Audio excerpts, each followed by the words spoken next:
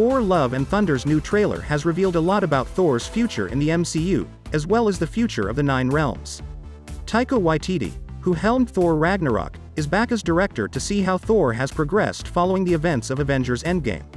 Many issues about Thor remain unresolved, such as who will defend the Nine Realms now that Odin is no longer alive. The trailer shows a potential solution to this issue. In Thor Ragnarok, the question of Odin's absence first surfaced. Odin died in the film, freeing Hela from her supernatural captivity. Thor and the inhabitants of Asgard set out for Earth aboard a spacecraft supplied by Loki after Thor defeated Hela and released the fire demon Surtur to destroy Asgard with Hela within.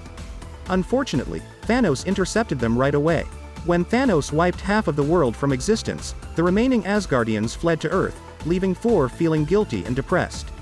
The Avengers finally summoned Thor back to the team so that they might go across time and resurrect those who had vanished. Thor accompanied the Guardians of the Galaxy as they returned to space in quest of Gamora after defeating Thanos. Despite the fact that Valkyrie is the current king of New Asgard, Thor has been so preoccupied with Infinity Stones and Thanos minions that he hasn't had time to consider who would defend the Nine Realms now that Odin and Heimdall are no longer alive. The introduction of the Congress of Worlds, which would alleviate this dilemma, is nicely set up in the Thor Love and Thunder trailer.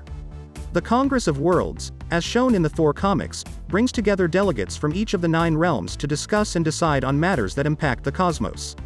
The Congress of Worlds would be the ideal answer to both the absence of Odin and the myriad challenges confronting multiple worlds in the aftermath of Avengers Endgame, given the arrival of so many new gods and villains in Thor Love and Thunder.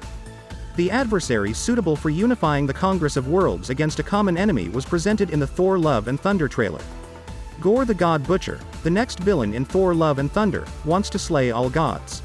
Since Odin the All-Father can no longer serve and guard the realms, and Thor is overburdened with his own concerns, this menace may unify the numerous gods across the universe to communicate and protect each other.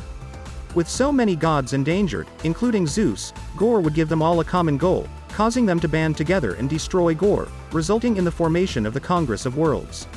Jane Foster is also a senator for Midgard in the Congress of Worlds in the Thor comics.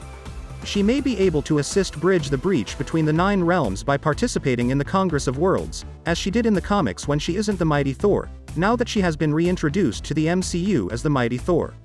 Odin may have been the Nine Realms guardian, but his record of war and conquest has soiled his title, and the Nine Realms need a new age of self-governing realms to defend themselves and each other.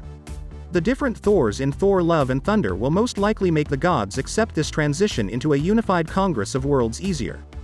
Thor the God of Thunder and Love. There are numerous unanswered concerns about Thor's destiny, how Jane Foster came to wield Mjolnir, and, of course, how these heroes will vanquish Gorr and restore the universe. The Congress of Worlds is not the only viable answer to Thor's issues, since he has numerous abilities and friends. The Congress of Worlds, on the other hand, would undoubtedly resolve many concerns about Odin and the future of the Nine Realms in the MCU. One thing is certain, that the Nine Realms and Thor will never be the same after Thor Love and Thunder.